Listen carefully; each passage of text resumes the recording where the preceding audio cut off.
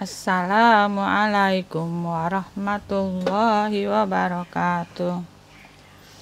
Oke, anak-anak kelas 3, ini kelanjutan dari video Bu Guru yang session 1 tadi ya. Di session 1 kita sudah belajar bagaimana caranya setelah kita membaca suatu bacaan, kita bisa mengetahui apa informasi yang disajikan oleh bacaan tersebut, yaitu dengan mengajukan 5W1H. Tidak usah kita bahas lagi 5W1H, tapi dengan kalian mengingat 5W1H tersebut, maka kalian tidak perlu menghafalkan isi sebuah buku, tetapi cukup mengingat pertanyaan-pertanyaannya, dan kalian mempunyai jawaban sendiri yang dapat kalian modifikasi kata-katanya sesuai dengan kepribadian kalian masing-masing. Itu sebabnya maka kalau kita menulis tidak bisa menyontek, karena setiap orang pasti mempunyai pikiran yang berbeda tentang tulisannya. Oke, kita lanjut ya. Ini adalah materi tema 7 tentang teknologi ya, ini bukunya. Masih subtema pertama,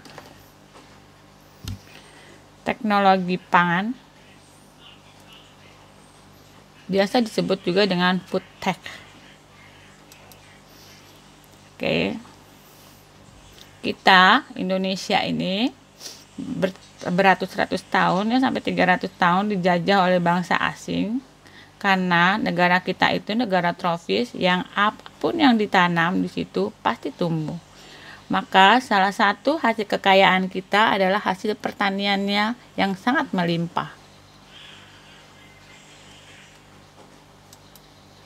Juga hasil peternakan sangat melimpah di Indonesia. Namun demikian, hasil peternakan yang begitu banyak, begitupun juga dengan hasil pertanian yang begitu banyak, itu kalau tidak cepat diolah, itu akan mudah membusuk. Sekarang kita akan mulai membahas apa saja sih yang menyebabkan makanan mudah membusuk. Pertama ialah karena makanan itu kehilangan kelembabannya. Loh, kok bisa?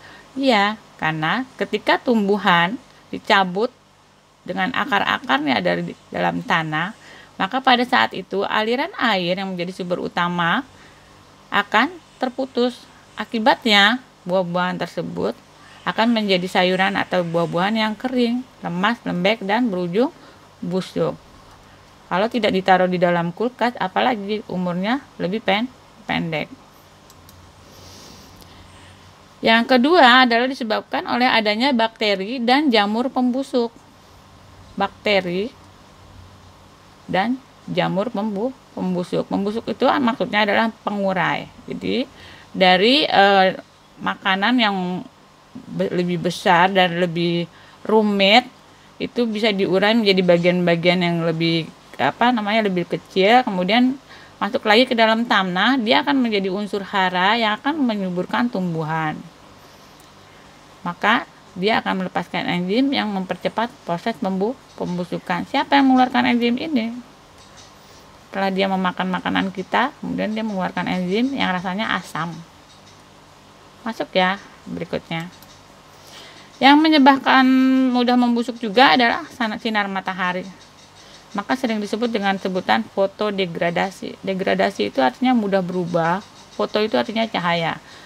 Apalagi kalau cahaya mataharinya itu adalah cahaya matahari siang hari yang terlalu panas. Misalnya petani, buah-buahan dan sayurannya di pasar tidak cepat laku, kemudian sampai kepanasan gitu, maka itu juga akan menyebabkan mudah membusuk.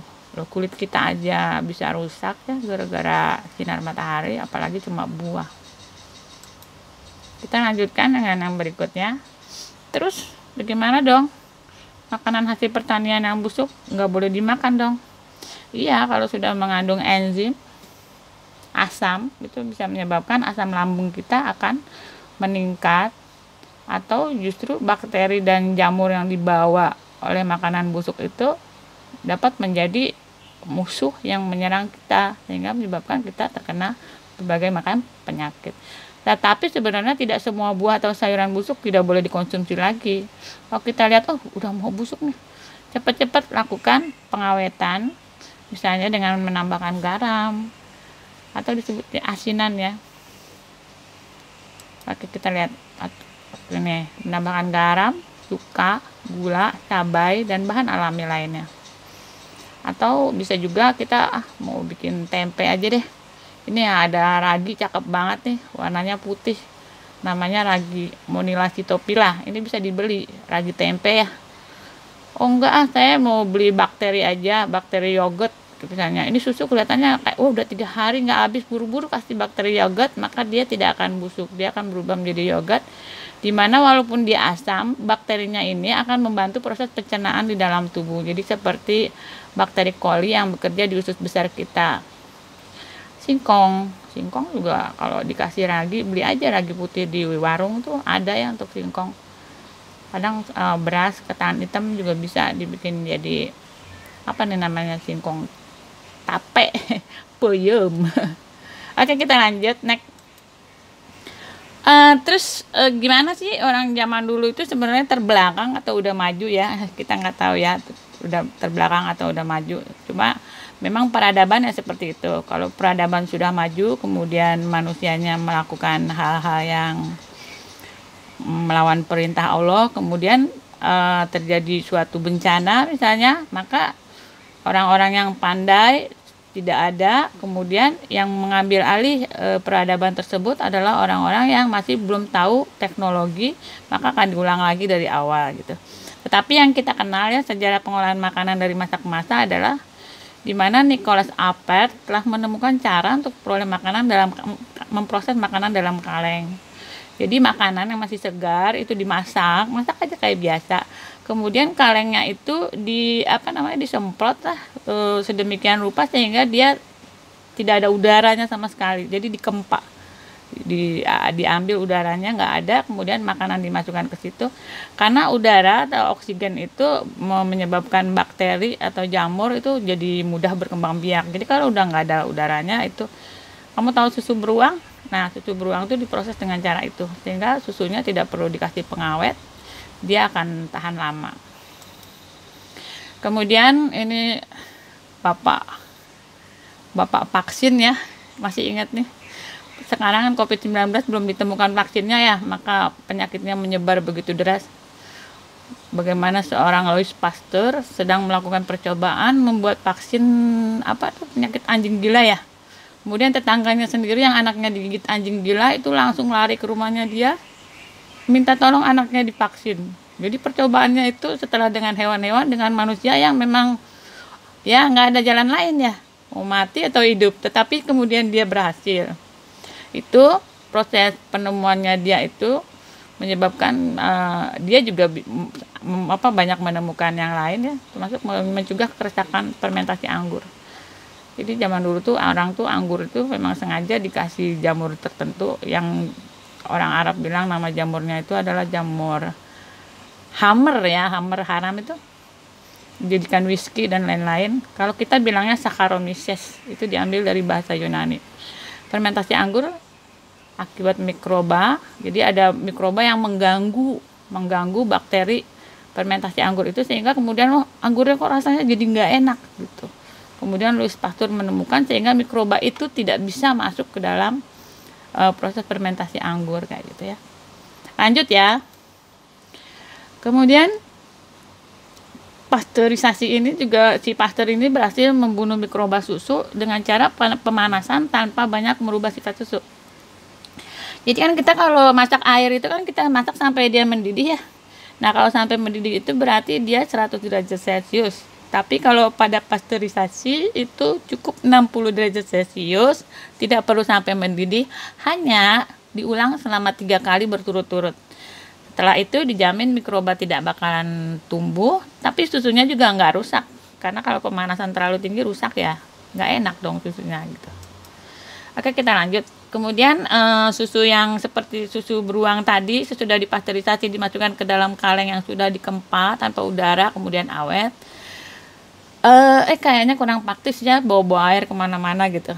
Kemudian terjadi pemadatan bahan makanan, dimana setelah makanan itu, susu itu diseduh, dikasih bahan-bahan tertentu, pengawet ya, terpaksa itu pengawet kimia, Ah, kemudian susu itu jadi mudah dikemas dan dikirim. Itu awal mula industri susu formula. Tahu kan susu formula? Susu adek itu yang di kaleng, yang bubuk. Itu susu formula. Jadi dia dipadatkan dengan pemanasan pada suhu tertentu sampai dia menjadi kering. Telur aja sekarang bisa digituin ya. Jadi kita bikin kue itu tinggal bubuk tepung, di situ ada susu, ada telur segala macam, masukin ke dalam mangkuk, aduk. Masukin ke dalam panci, dimasak sebentar udah jadi bolu. Pemadatan. Itu terjadi pada zaman teknologi industri di Eropa, di mana pada saat itu terjadi peperangan yang menyebabkan tentara itu memerlukan makanan-makanan yang tidak cepat basi. Kita lanjut. Jadi kalau kamu mengerti tentang teknologi dalam bidang pangan, ini di situ ada banyak sekali yang dilakukan orang. Ada rekayasa proses pangan. Jadi para ahli teknologi pangan itu melakukan di laboratorium bagaimana nih makanan ini diapain gitu supaya rasanya juga jadi lebih enak, harganya juga jadi lebih mahal kayak gitu. Mikrobiologi dan keamanan pangan, jadi dilihat mikroba apa yang tumbuh di situ, bagaimana cara mencegah mikroba itu supaya nggak bisa tumbuh sehingga akhirnya makanan tidak cepat basi. Pangan dan gizi diukur gizinya sebesar apa. Jadi sekarang itu kita kalau mau cari makanan buat orang diabetes ada.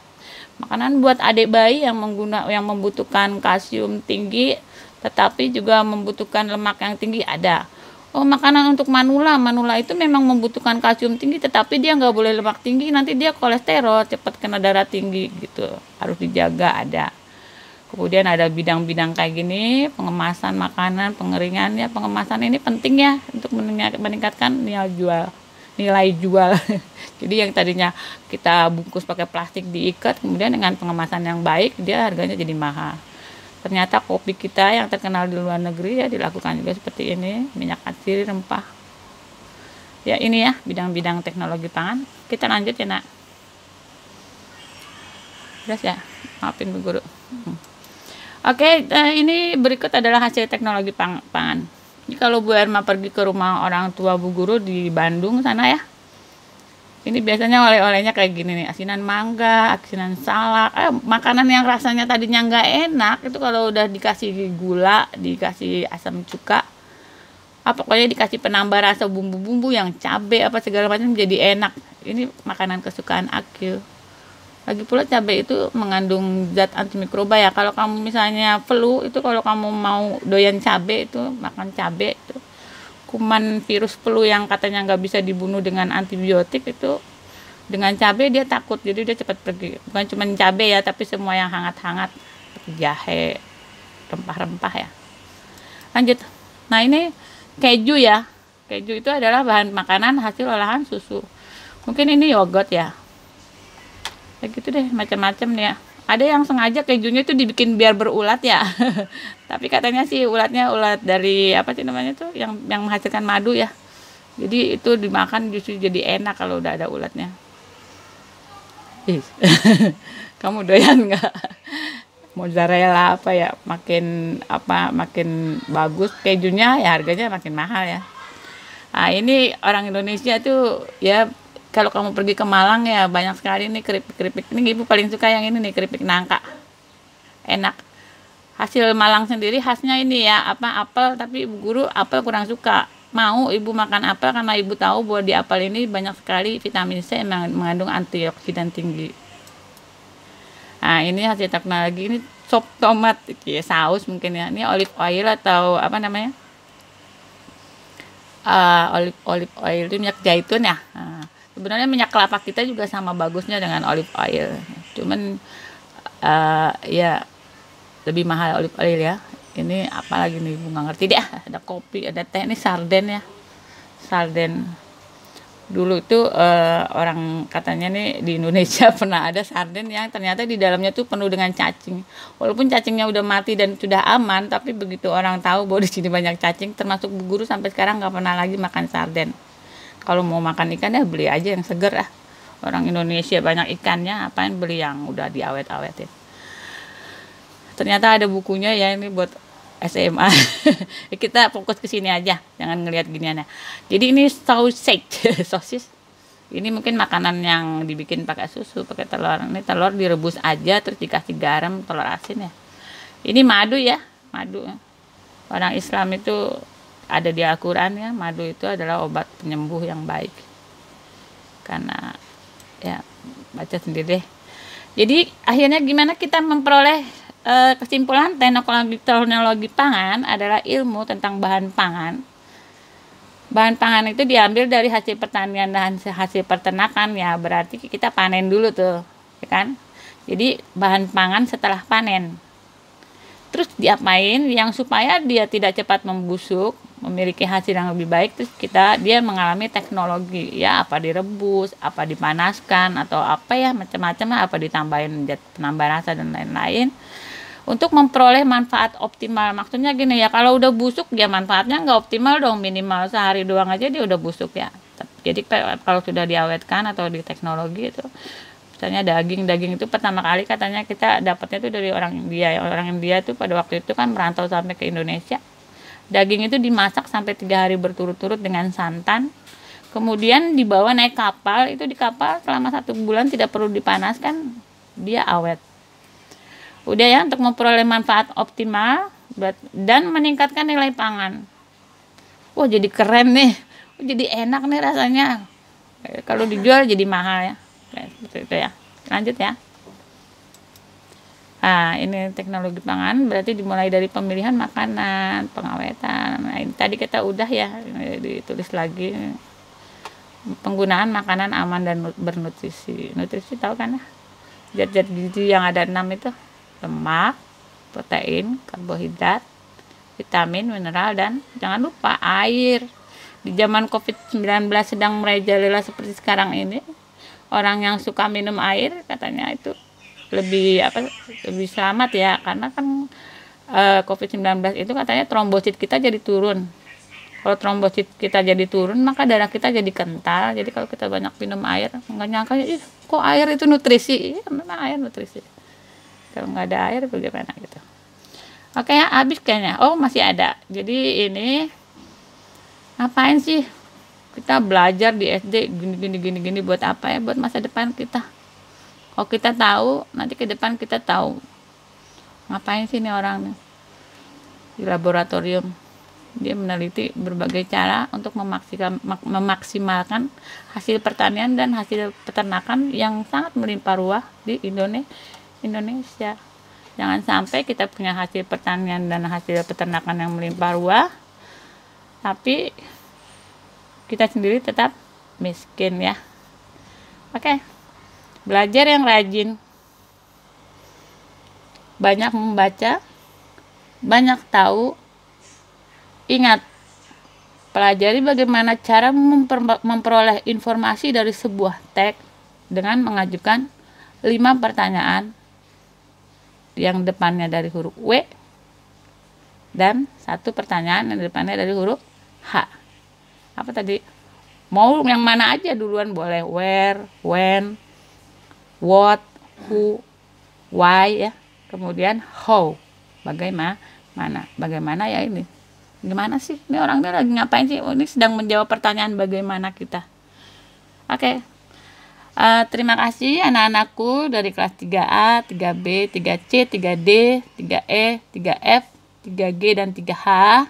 Ini season 2 yang harus kamu pelajari supaya kamu semakin fluently ke depannya. Bukan supaya kamu bisa menjawab tes, tetapi supaya kamu jadi lebih tahu dari sebelumnya. Kalau kamu sudah lebih tahu, insya Allah mau tesnya dibulak-balik kayak apa, mau pertanyaannya kok nggak sesuai sama di buku, tapi kalau kamu sudah mau banyak belajar, mau banyak membaca dari alam, baik dengan mendengarkan, dengan melihat, dengan belajar dari mama papa, kamu pasti bisa. Oke? Jangan panik, laksanakan PH2 dengan benar. Tidak perlu mencontek cari-cari buku karena ada waktunya. Kalau kamu terlambat, bisa jadi kamu tidak bisa mengirim. Dalam 1 hari itu, kamu misalkan apa yang harus diujikan besok hari Senin, harus dikerjakan hari Senin. Sebelum jam 10 malam sudah ditutup. Itu buat yang mama papanya tidak work from home. Oke, bye-bye. Terima kasih banyak. tunggu season 3 dari Bu Erma. Assalamualaikum warahmatullahi wabarakatuh.